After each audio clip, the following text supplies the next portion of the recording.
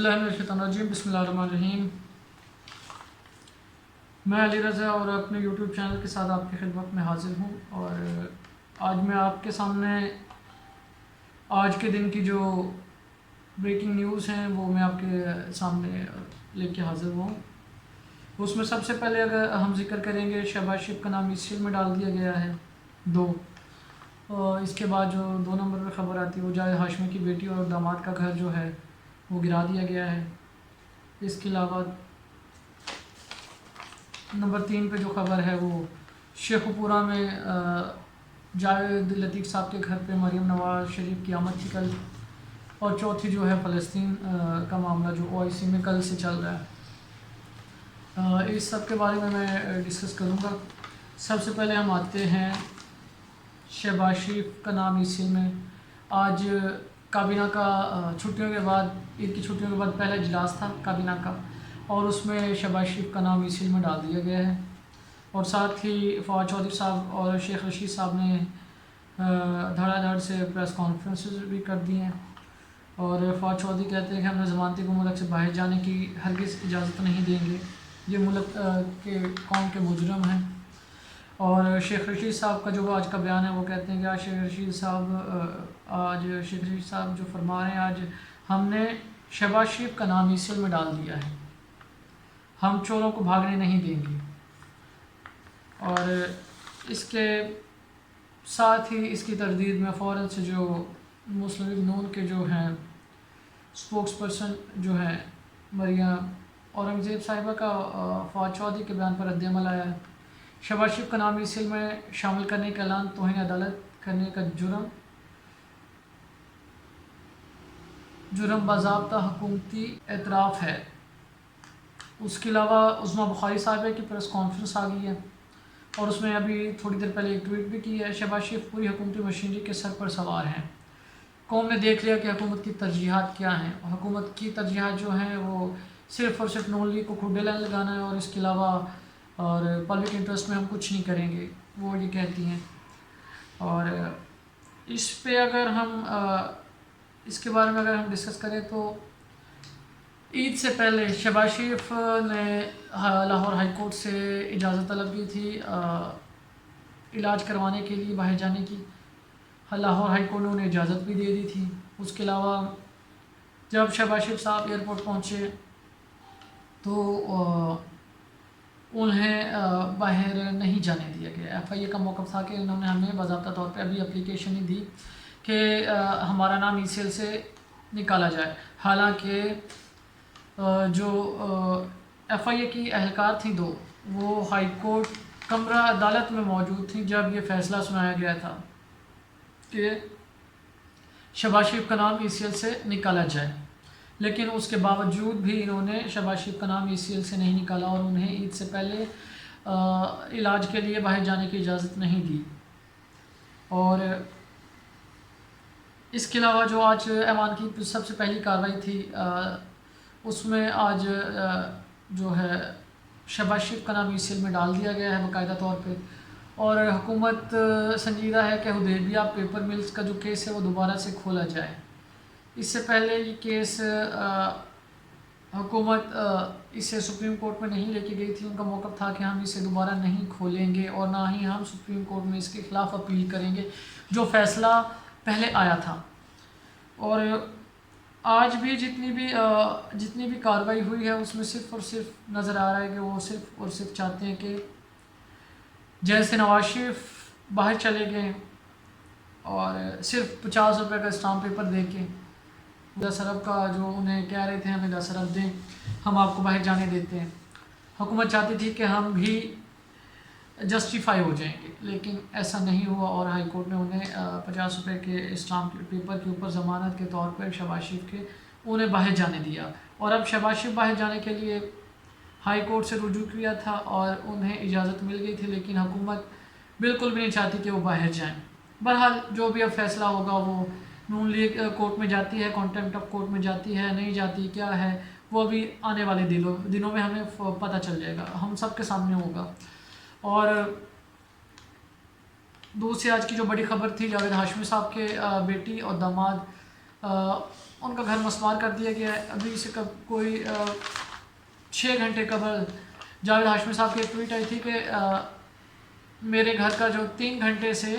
محاصرہ کیا ہوا ہے پولیس نے، اور ہمیں نہ باہر جانے کی اجازت ہے، اور تمام ٹریفک بند کی ہوئی ہے، اور نہ یہ ہمیں بتا رہے ہیں کہ کیوں یہ یہاں پہ آئے ہیں اور یہ کیا کرنا چاہ رہے ہیں۔ اور میں نے انہوں نے میری بیٹی کے گھر، جو کہ سابقہ MNA بھی رہی ہے نون لیگ سے، اور ان کے داماد جو ہے ان کا جو اسکول ہے وہ انہوں نے گرا دیا ہے۔ اور یہ جاوید ہاشمی کا جو موقف ہے وہ کہتے ہیں کہ یہ جو جگہ ہے یہ وراثتی جگہ تھی، اس کے اوپر انہوں نے گھر بنایا تھا میری بیٹی نے، اور میرے داماد نے اسکول بنایا ہوا تھا، انہوں نے گرا دیا ہے بغیر کسی نوٹس کے، اور ہم نے انہیں رجسٹریاں، انتقال اور سب کچھ دکھایا۔ لیکن دوسرا جو ہمیں نظر آتا ہے کہ جاوید ہاشمی صاحب پچھلے تقریباً 3-4 سال سے کافی خبروں کی زینت بنے رہے تھے، اور ان کا ایک ہی موقف تھا کہ وہ عزت و نواز شریف کے ساتھ وہ کھڑے تھے۔ ان کا جرم بھی شاید یہی ہے، اور ان کا جو سب سے ابھی لیٹسٹ جو بیان تھا یہ کہ وہ میں آپ کو حرف بہ حرف بتاتا ہوں کیا تھا۔ یہ سب کے سب جرنیل چور ہیں، یہ ملک کو لوٹ کے کھا رہے ہیں۔ اور ساتھ ہی انہوں نے جنرل شعیب، جو کہ ترجمان پاک فوج ہیں، آج کل ہمیں ٹی وی چینلز پہ بھی کافی نظر آ رہے ہوتے ہیں، ان کے بارے میں انکشاف کیا تھا کہ انہوں نے 256 روپے ایکڑ کے حساب سے 15,000 ایکڑ زمین انہوں نے پاک فوج سے خریدی تھی، جو کہ پاکستان کی تاریخ میں سستی ترین جگہ ہے جو کسی بھی جنرل نے یا سیاستدان نے خریدی ہو۔ اور جاوید ہاشمی کہتے ہیں کہ میرا تو صرف یہی جرم ہے کہ میں سچ کے ساتھ کھڑا ہوں، اور یہ انتقامی کارروائی میرے خلاف ہو رہی ہے۔ اور اس کے بعد ہم چلتے ہیں خبر نمبر 3 کی طرف۔ کل مریم نواز شریف صاحبہ شیخو پورہ میں جاوید لطیف صاحب کے گھر پہ گئی، اور ان کی والدہ نے ان کا استقبال بھی کیا، اور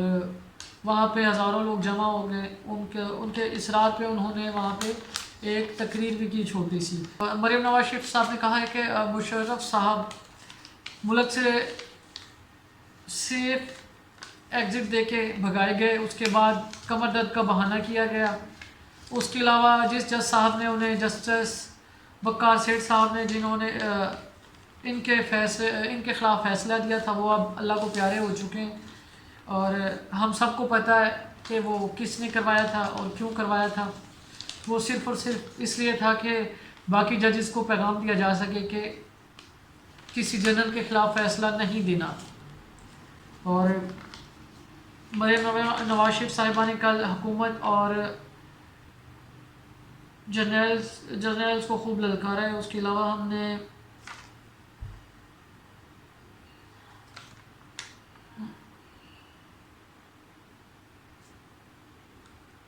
اس کے علاوہ اگر ہم جاوید لطیف صاحب کا موقف دیکھیں تو لاسٹ پیشی پہ ہم بھی موجود تھے ادھر ہی کمرہ عدالت میں۔ انہوں نے کہا کہ میں 1 انچ بھی اپنے جو موقف ہے اس سے پیچھے نہیں ہٹوں گا، اور ووٹ کو عزت دو کے سامنے میں نواز شریف کے ساتھ ہمیشہ کھڑا رہوں گا، اس میں چاہے میری جان ہی کیوں نہ چلی جائے۔ اور ان سے ملنے کے لیے اس دن چودھری دانیال عزیز صاحب بھی آئے ہوئے تھے، انہوں نے میڈیا سے ٹاک بھی کی، اور ان کا بھی یہی موقف تھا کہ حکومت انتقام کی کارروائیوں پہ عمل پیرا ہے۔ اور ابھی تک ہم جو دیکھ رہے ہیں جتنے بھی کیسز حکومت نے ابھی تک کیے ہیں، کسی کا فیصلہ نہیں آیا سوائے ایک کہ ارشد ملک صاحب نے جو نواز شریف کے خلاف کیا تھا، وہ نااہل ہوئے تھے جس میں، اور بعد میں وہ بھی انہوں نے کہا تھا کہ یہ مجھ سے زبردستی کروایا گیا تھا، بعد میں وہ اللہ کو پیارے بھی ہو گئے۔ اس کے علاوہ ابھی تک کسی کیس میں کوئی فیصلہ نہیں آیا، اور نہ ہی کسی کو کوئی سزا نہیں ہوئی۔ اور اس کے علاوہ ابھی بھی حکومت کا موقف ہے کہ یہ سب چور ہیں، ڈکیٹ ہیں۔ یہ کہانی ہم پچھلے 4 سال سے سن رہے ہیں، 4-5 سال سے سن رہے ہیں، اور حکومتی فلاحی کام آج تک حکومت نے عوام کے لیے کوئی نہیں کیا، اور نہ ہی ہمیں آگے ان سے کوئی امید ہے کہ وہ کوئی نہ کوئی ایسا کوئی کام کر رہے ہیں۔ اور پنجاب کا تو برا حال ہے، بزدار صاحب بیٹھے ہیں، بزدار صاحب